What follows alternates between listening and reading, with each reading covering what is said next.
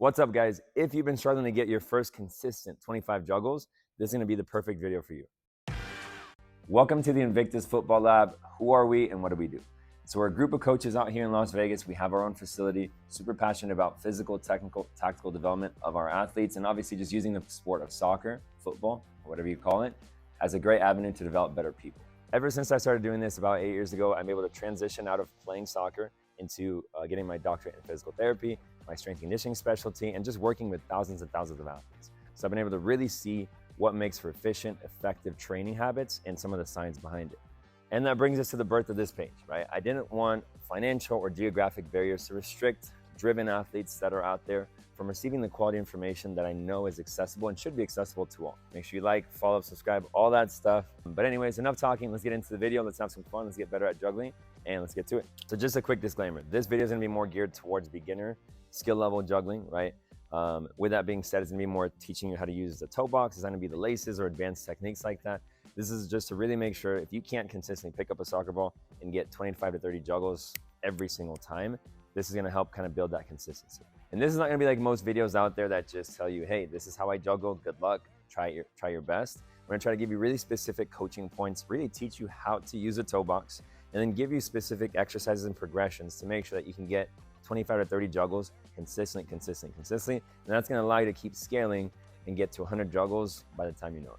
All right, guys, so first things first, let's just make sure we establish the contact. So it's gonna be the toe box. That's gonna be the area between the toes and your laces that sits right in there, okay?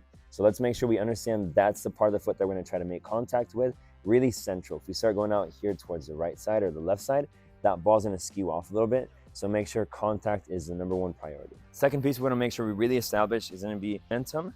Most of that nudge to keep the ball juggling up in the air and keep the momentum up is coming from my hip and my knee, okay? So it's not my ankle flicking, my toes flicking the ball up.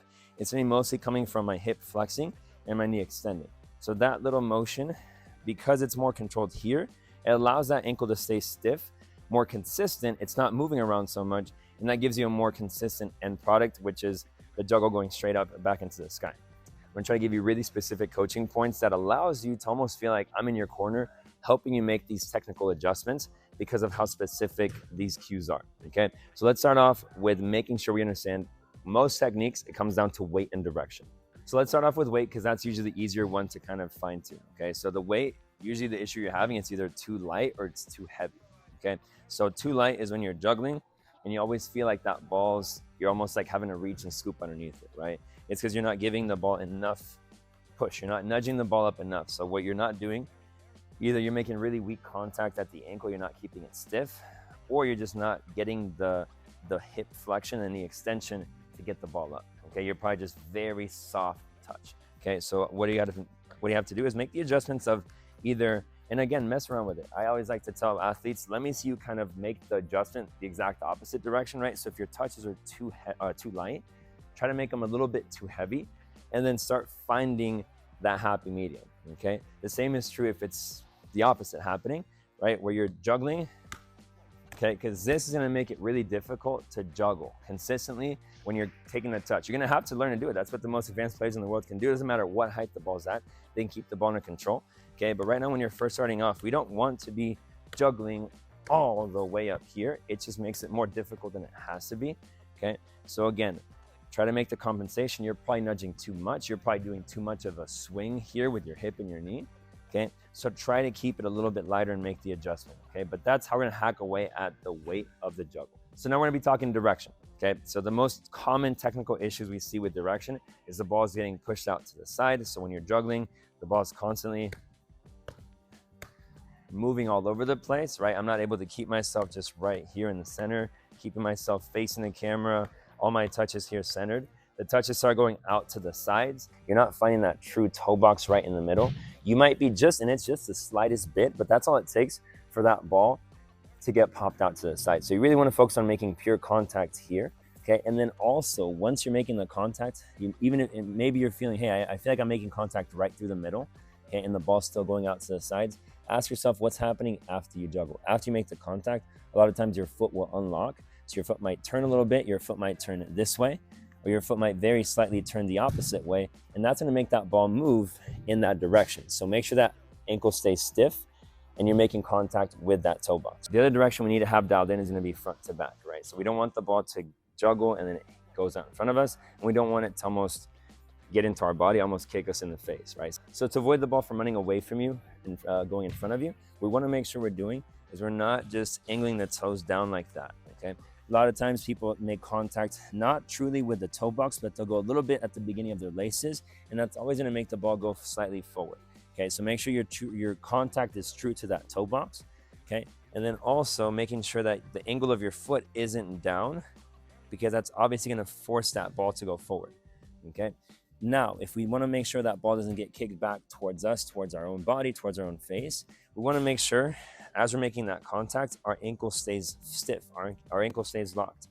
The moment that your ankle loses that stiffness, what's going to happen is your toes might curl up, and that's going to bring the direction of that toe box towards your body. Funny enough, look who it is having a session at the same time I'm recording this video. We got Coach Miguel here. What do you got to say about juggling, man?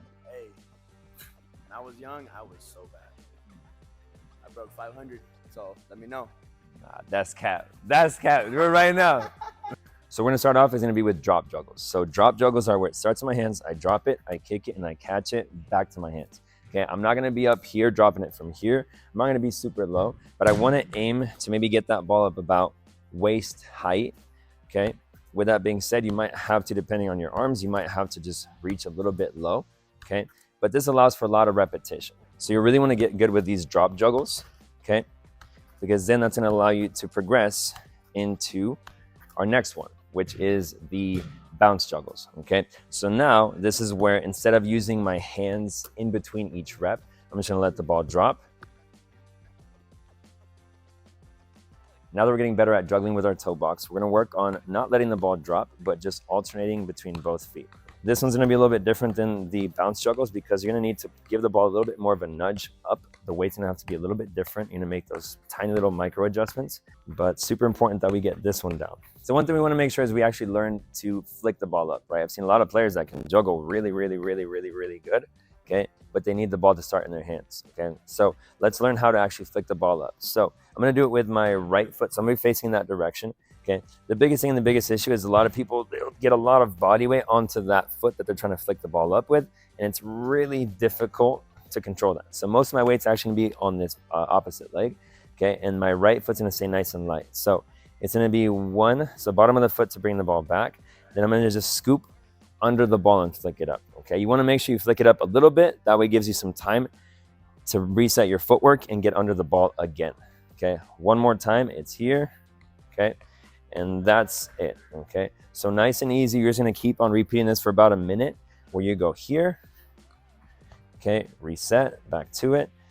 You're just gonna go flick, up, maybe juggle one or two and then relax, okay? Roll, up, and then down. I'm gonna show you all the different juggling variations that I want you to practice, but at the end of this video, make sure you reference it. There's gonna be 3 different juggling workouts that I want you to alternate. So day 1 will be workout 1, day 2 will be workout 2. Day 3 will be workout 3. Okay, then day 4 will become back to workout 1. And you're just kind of toggle those ones. That way it allows you to still get these really important juggling variations, but you can mix things up a little bit so it's not super boring. These training progressions I'm about to show are based on motor learning science, right? So it's not just random touches and good luck. Okay, it's built on kind of developing the nervous system to develop consistency, develop good technique, develop a good touch on the ball, and then from there, it can get a little bit more random. And most of these progressions utilize something that we call blocked practice, right? What that is taking one specific movement, pattern, or technique and repeating it over and over again to really ingrain that motor pattern into your nervous system.